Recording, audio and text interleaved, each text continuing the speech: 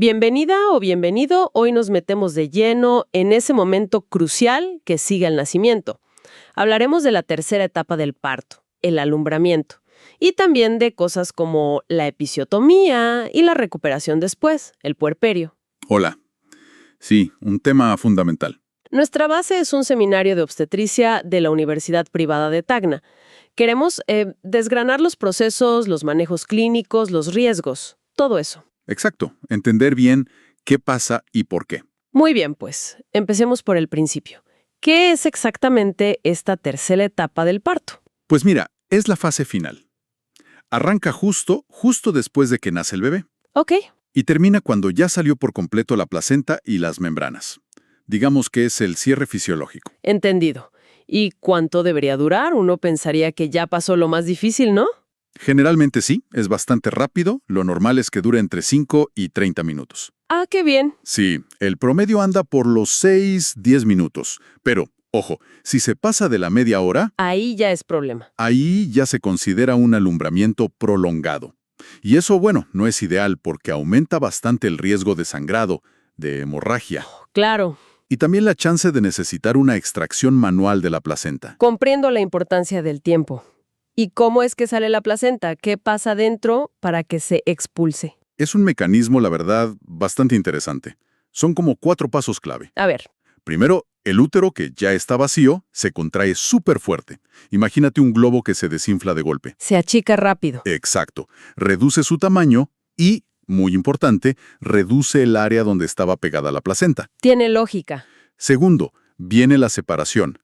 La placenta no es tan elástica como el músculo del útero, ¿sabes?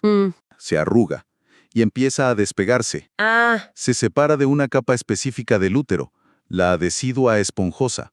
A veces ayuda un poquito de sangre que se junta detrás, un hematoma retroplacentario. como si la empujara un poco. Algo así, sí. Tercero, el descenso. Una vez que está suelta, las mismas contracciones y la gravedad la empujan hacia abajo. Hacia la vagina. Exacto, hacia el segmento inferior del útero y luego a la vagina. Y cuarto, la expulsión. Sale del cuerpo gracias a más contracciones y, a veces, con una pequeña ayuda del pujo de la madre o del equipo médico. ¿Y el personal de salud se da cuenta de que esto está pasando? ¿Hay señales? Sí, claro, hay signos clínicos clásicos que se buscan activamente. Por ejemplo. Pues se ve que el cordón umbilical, el que sale por la vagina, parece que se alarga un poquito. Ah, mira. También puede salir de repente un chorrito de sangre. Y si tocas el abdomen, el útero se siente diferente. ¿Cómo? Más redondo, más duro, bien contraído. Como una pelota firme. A veces incluso parece que sube un poquito en el abdomen al contraerse así. Qué interesante. Y leí en el material que hay como 2 formas en que puede salir la placenta. ¿Cómo es eso? Correcto. Hay 2 mecanismos principales, llamados Schultz y Duncan. Schultz y Duncan. El más común, por lejos, como en 8 de cada 10 partos, es el Schultze. Ahí la placenta se empieza a desprender por el centro. Por el medio. Sí, y sale mostrando primero la cara que miraba hacia el bebé, la cara fetal, como si se diera vuelta al salir. Y el sangrado más notorio suele venir después de que ya salió la placenta. Entendido. ¿Y el otro, el Duncan? Ese es el 20% restante. Ahí empieza a desprenderse por un borde, por un costado. Ah, por el borde. Exacto. Y entonces sale mostrando la cara que estaba pegada a la pared del útero, la cara materna. Con este mecanismo es más fácil que el sangrado se vea antes de que termine de salir la placenta. Saber eso seguro ayuda a estar preparados. Claro, te da una pista de cómo puede venir el sangrado. Bueno, vayamos al punto que preocupa más. Las complicaciones. Aunque sea corto, si algo falla aquí. Puede ser muy serio, sí. La complicación número 1, la más temida, es la hemorragia posparto, la famosa HPP. ¿Qué es exactamente? Se define, clásicamente, como perder más de 500 mililitros de sangre después de un parto vaginal, medio litro. Es bastante. ¿Y por qué pasa? La causa principalísima es la atonía uterina, o sea, el útero no se contrae con la fuerza necesaria después de sacar la placenta. No se cierra bien. Exacto. No cierra bien los vasos sanguíneos que quedaron abiertos donde estaba la placenta. Otras causas pueden ser que queden restos de placenta adentro, desgarros grandes en el canal del parto o problemas de coagulación de la madre. ¿Y los riesgos? Son graves. Puede llevar a un shock por pérdida de sangre, anemia muy fuerte. y lamentablemente es una de las principales causas de muerte materna en el mundo. Suena terrible. ¿Y qué se hace si ocurre una HPP? Hay que actuar rápido, muy rápido. Lo primero es el masaje uterino, masajear el fondo del útero desde afuera, bien firme, para estimular que se contraiga. Ok. Luego, dar medicamentos potentes que ayuden al útero a contraerse, los uterotónicos. Y por supuesto, revisar con cuidado si hay desgarros y repararlos. Si es atonía, ¿con eso suele bastar? Generalmente, si la causa es la atonía, estas medidas son muy efectivas. Mencionaste antes la placenta retenida. Si no sale en esos 30 minutos, ¿qué pasa? Eso es justamente la placenta retenida. Hay factores que aumentan el riesgo, como haber tenido una cesárea antes o un parto prematuro. ¿Y el peligro ahí cuál es? El gran peligro es que multiplica por 6 el riesgo de tener una HP. Imagínate. ¿6 veces? Sí. El manejo es, si no hay sangrado importante, se puede esperar hasta esa media hora. Pero si hay sangrado activo o ya pasó el tiempo, hay que sacarla manualmente. El médico la saca. Sí, se introduce la mano en el útero, usualmente con anestesia, para despegarla y extraerla. Y después se suelen dar antibióticos por si acaso. Entiendo. Hay otras complicaciones graves, aunque no sean tan comunes. Sí, hay una muy rara pero gravísima.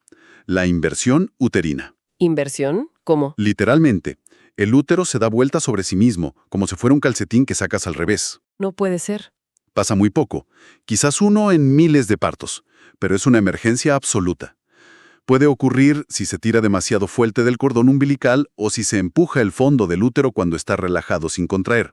¿Y cómo se ve? Clínicamente, no palpas el útero en el abdomen donde debería estar, y puede verse una masa roja, que es el útero invertido, saliendo por la vagina. Causa una hemorragia masiva y shock inmediato. ¡Qué terrible! Y se puede arreglar. Hay que intentar reposicionarlo manualmente al instante. A veces se usan medicamentos para relajar el útero y poder devolverlo a su sitio. Si eso no funciona, requiere cirugía urgente. Impresionante. ¿Y si quedan pedacitos chicos de placenta? Esos son los restos placentarios retenidos. Fragmentos de placenta o membranas que no salieron. ¿Y eso también causa problemas? Sí, porque impiden que el útero se contraiga bien del todo.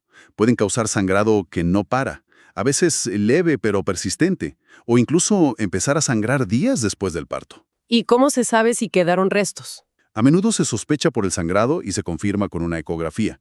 El tratamiento es quitar esos restos, ya sea con un legrado o una aspiración dentro del útero. Queda clarísimo que evitar la hemorragia es la prioridad número 1 en esta etapa. Por eso me imagino que no se deja todo al azar, ¿verdad? ¿Qué es eso del alumbramiento dirigido? Exactamente. Es el manejo activo del tercer periodo. No es esperar a que pase solo, sino intervenir para ayudar. ¿Por qué se hace? Es una serie de pasos ya muy estudiados y probados que recomiendan organismos internacionales como la FIGO, la OMS.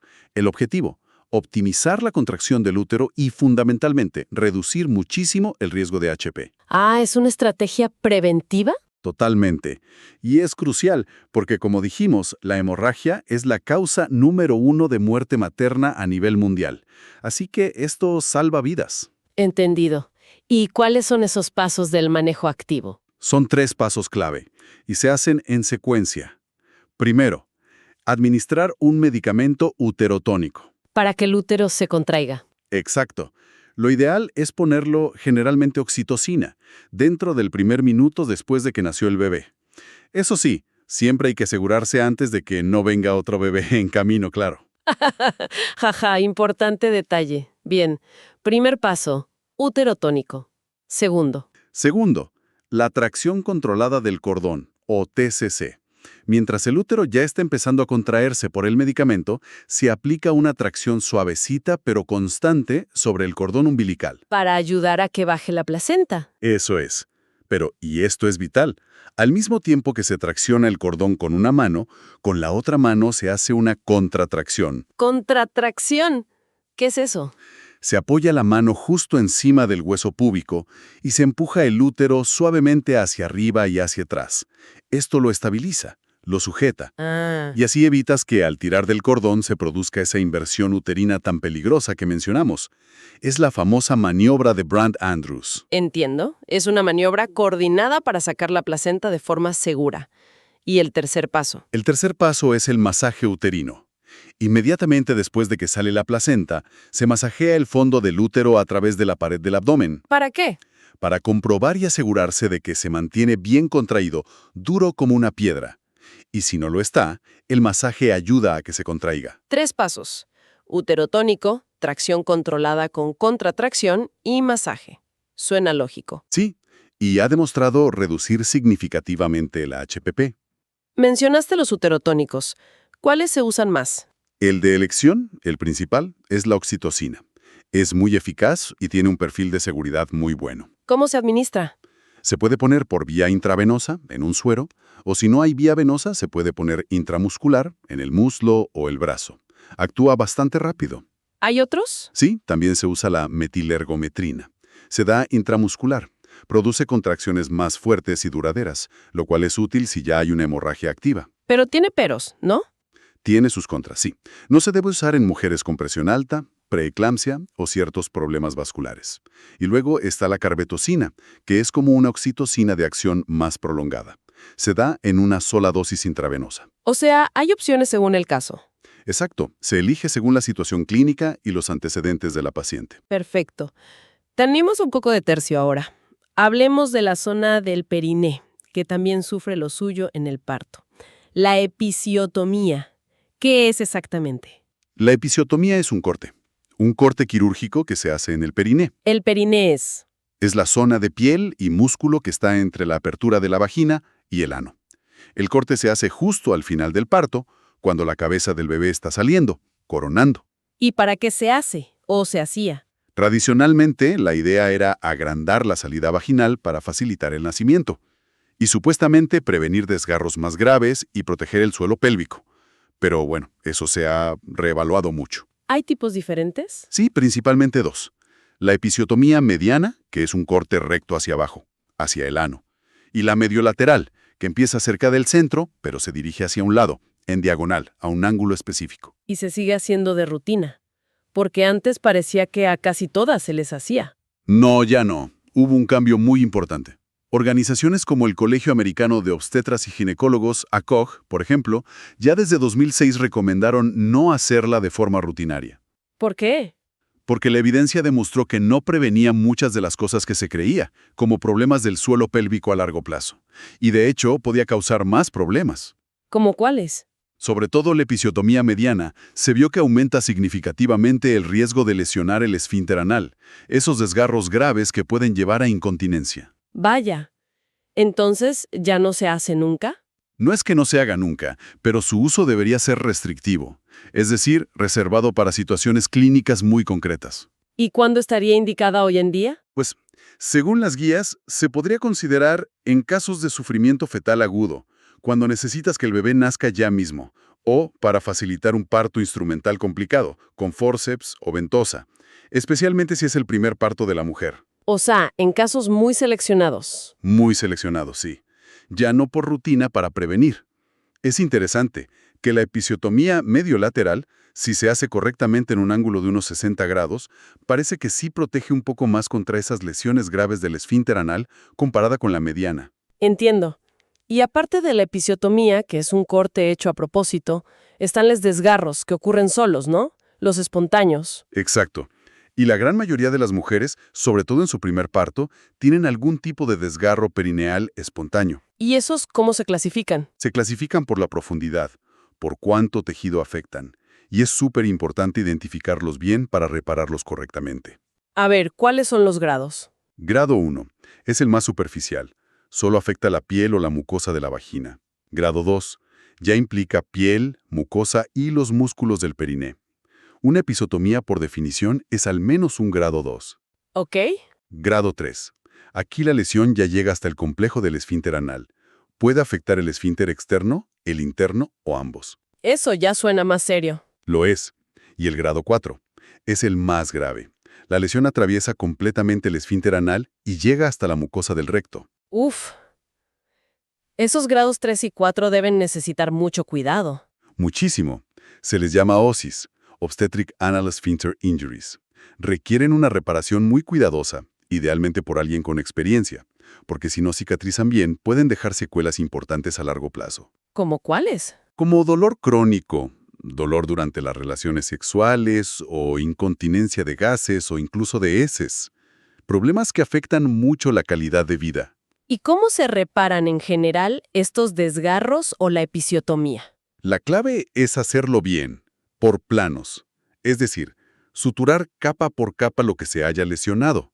Primero la mucosa vaginal, luego los músculos, la fascia y finalmente la piel. ¿Con qué tipo de hilo? Se usan suturas reabsorbibles, que el cuerpo elimina solo, así no hay que quitarlas. Y se prefiere la técnica de sutura continua, que parece que duele un poco menos después y cicatriza igual de bien. Y después de la sutura, ¿qué cuidados hay que tener? Pues el manejo del dolor es fundamental. Se suelen recomendar compresas frías las primeras 24 horas para bajar la hinchazón. ¿Y después? Después, pueden aliviar los baños de asiento con agua tibia. Y por supuesto, analgésicos orales como paracetamol o ibuprofeno. Algo más. Mantener la zona muy limpia y seca es clave para prevenir infecciones. Lavarse siempre de adelante hacia atrás. Y en los casos de desgarros graves, grado 3 o 4, se suelen añadir ablandadores de heces para que ir al baño no sea un esfuerzo doloroso. ¿Cuánto tarda en curar? La cicatrización inicial lleva unas semanas, pero la recuperación completa y la vuelta a la normalidad pueden llevar más tiempo, a veces meses. Bueno, hemos hablado del parto en sí, pero después empieza otra etapa larga, ¿no? El puerperio. Exacto. El puerperio o posparto es ese periodo de recuperación después del parto. ¿Cuánto dura? Convencionalmente se dice que dura unas 6 semanas o 42 días. Es el tiempo que necesita el cuerpo de la mujer para volver más o menos a su estado anterior al embarazo. 6 semanas. Parece mucho y poco a la vez. Sí, y es un tiempo de cambios enormes. Se suele dividir para entender mejor los riesgos en cada momento. ¿Cómo se divide? Tienes el puerperio inmediato, que son las primerísimas horas después del parto, 2 o 3 horas. Es el momento de máximo riesgo de hemorragia, así que la vigilancia es súper estrecha. ¿Luego? Luego el puerperio temprano, que abarca la primera semana. Aquí todavía hay riesgo de complicaciones como infecciones o problemas de presión arterial. Y finalmente, el puerperio tardío, que va hasta esas 6 u 8 semanas. Es el periodo más largo de recuperación y adaptación de los órganos. 6 semanas de recuperación. ¿Qué cambios son los más importantes que ocurren en el cuerpo? Son muchísimos. El cambio más dramático es el del útero, la involución uterina. ¿Involución? Sí, que vuelve a su tamaño normal. Imagínate, justo después del parto pesa como 1 kilo y llega más o menos al nivel del ombligo. Se palpa duro, firme. Eso se llama globo de seguridad de Pinar, porque ayuda a controlar el sangrado. ¿Y luego? Empieza a bajar rápidamente, aproximadamente 1 centímetro por día. A la semana ya está a mitad de camino entre el pubis y el ombligo. ¡Qué rápido! Sí. A las 2 semanas ya normalmente no se puede palpar desde el abdomen. Y para las 6 u 8 semanas ha vuelto a su tamaño casi normal, unos 60 gramos. Increíble. ¿Y eso duele? Puede doler. Esas contracciones que hacen que el útero se encoja se llaman entuertos. Son más comunes y a veces más intensas en mujeres que ya han tenido hijos antes. Y también se notan más cuando se está amamantando. Suelen disminuir después del 3er día. ¿Qué más cambia? El sangrado después del parto. Los loquios. Es totalmente normal tener un flujo vaginal después del parto. Está compuesto de sangre, tejido de la capa interna del útero, células. ¿Dura mucho? Dura una media de 1 mes, pero puede alargarse hasta 6 u 8 semanas. Y va cambiando de aspecto. ¿Cómo cambia? Al principio es rojo vivo como una regla abundante. Son los loquios rubra, 3-5 días. Luego se vuelve más rosado o amarronado y más líquido. Los loquios cerosa duran 2-3 semanas. Y al final es un flujo más blanquecino o amarillento, los loquios alba, hasta que desaparece. Es la señal de que el útero está cicatrizando por dentro. Entiendo. ¿Y otras partes del cuerpo? La vagina, el cuello del útero. También cambian. El cuello del útero, que se dilató muchísimo para el parto, se cierra bastante rápido, aunque nunca vuelve a ser exactamente igual que antes. La vagina, que queda muy distendida, recupera su tono gradualmente en unas 3 semanas. Y los músculos del abdomen y del suelo pélvico también necesitan tiempo para recuperar su fuerza. ¿Y las hormonas? Me imagino que hay una revolución hormonal. Total. Las hormonas del embarazo como la HCG caen en picada. Desaparecen en unas 2 semanas. Esa caída brusca de estrógenos puede causar sofocos, por ejemplo. ¿Y la regla? ¿Cuándo vuelve? Depende mucho de si se amamanta o no. Si no hay lactancia materna, la ovulación puede volver sorprendentemente pronto, incluso antes del primer periodo, a veces tan pronto como los 45 días.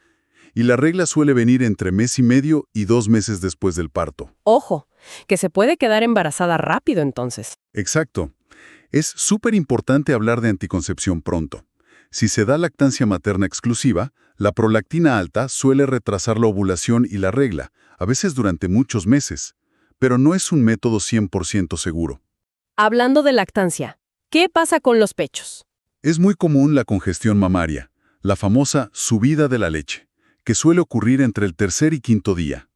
Los pechos se ponen llenos, duros, calientes, a veces duelen. Es por el aumento de producción de leche y también por un poco de inflamación. ¿Y qué más? ¿Algo importante a nivel cardiovascular? Sí, un detalle importante. Justo después del parto, el corazón trabaja más por un rato. Pero lo más relevante es que el estado de hipercoagulabilidad del embarazo, Eso de que la sangre coagula más fácil. eso mismo, ese estado persiste durante varias semanas después del parto, lo que significa que el riesgo de tener trombosis, coágulos en las piernas o pulmones, sigue elevado.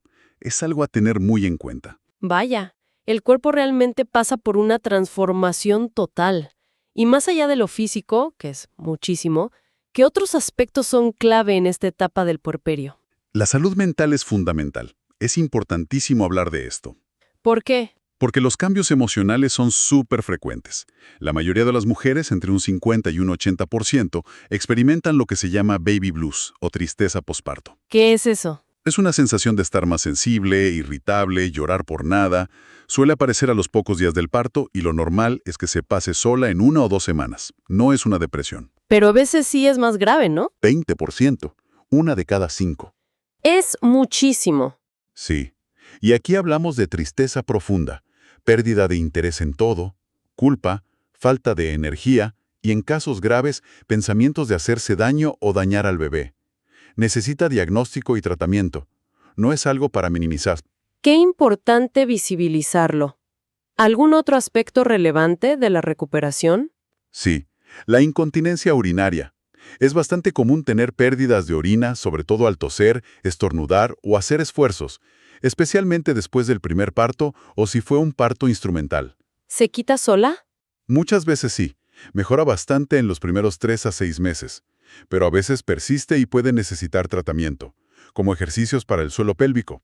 Afecta mucho la calidad de vida. Entiendo. Y en cuanto a los cuidados generales, ¿qué se recomienda? Bueno, en el hospital, vigilancia estrecha las primeras horas. Animar a levantarse y caminar pronto. Cuidar la zona del periné, manejar el dolor, vigilar que se pueda orinar bien porque a veces hay retención al principio. Y en casa, ¿cuándo se puede volver a tener relaciones sexuales, por ejemplo? Eso depende mucho de cada mujer, de cómo se sienta, de si hubo desgarro o episiotomía y cómo va la cicatrización. No hay una fecha fija. Puede ser desde unas pocas semanas hasta mes y medio o más. ¿Y es normal que duela al principio? Es bastante frecuente, sí. Se llama dispareunia. Puede ser por la cicatriz o por la sequedad vaginal que a veces hay por los cambios hormonales, sobre todo si se está amamantando. Se pueden usar lubricantes. Y la anticoncepción, ya lo mencionaste, es clave hablarlo antes del alta. Fundamental, porque la fertilidad puede volver muy rápido. Hay opciones seguras para usar durante la lactancia, como los métodos de solo progestágeno, minipíldora, implante e inyección, o el DIU. Los métodos combinados con estrógeno a veces no se recomiendan al principio si se está amamantando, porque podrían afectar la producción de leche. Uf, hemos recorrido un camino intenso. Desde esa tercera etapa crucial del parto y la importancia de manejarla activamente para evitar hemorragias. Pasando por entender qué es una episiotomía, cuándo sí y cuándo no, los tipos de desgarros y cómo cuidarlos. Hasta llegar a esta compleja y larga recuperación del puerperio, con todos esos cambios físicos y también emocionales. Exacto. Entonces, si tuviéramos que sacar una idea a fuerza, ¿cuál sería? A mí me parece que todo esto subraya la increíble capacidad de adaptación del cuerpo, pero también lo vulnerable que es este periodo. La necesidad vital de cuidados informados de apoyo. Totalmente de acuerdo. El cuerpo hace un trabajo asombroso para volver a la normalidad, pero necesita tiempo y cuidados. Y no solo físicos. Claro. Y quizás, pensando en todo esto que hemos desgranado, en los tremendos ajustes fisiológicos y psicológicos, nos podríamos preguntar, ¿no? ¿Qué cosa? Considerando la frecuencia de problemas como la depresión posparto, la incontinencia, el impacto en la vida sexual, ¿qué cambios podríamos impulsar, a nivel social o en los sistemas de salud, para dar un mejor soporte durante el puerperio? Es una excelente pregunta. Pienso, por ejemplo, en un acceso más fácil y normalizado a la fisioterapia del suelo pélvico, o en mejorar la detección temprana y el apoyo real, sin estigmas, para la salud mental perinatal. Son necesidades que se derivan claramente de entender la profundidad de estos procesos. Una reflexión muy pertinente para seguir pensando. Muchísimas gracias por este análisis tan detallado y claro. Esto fue The Deep Dive.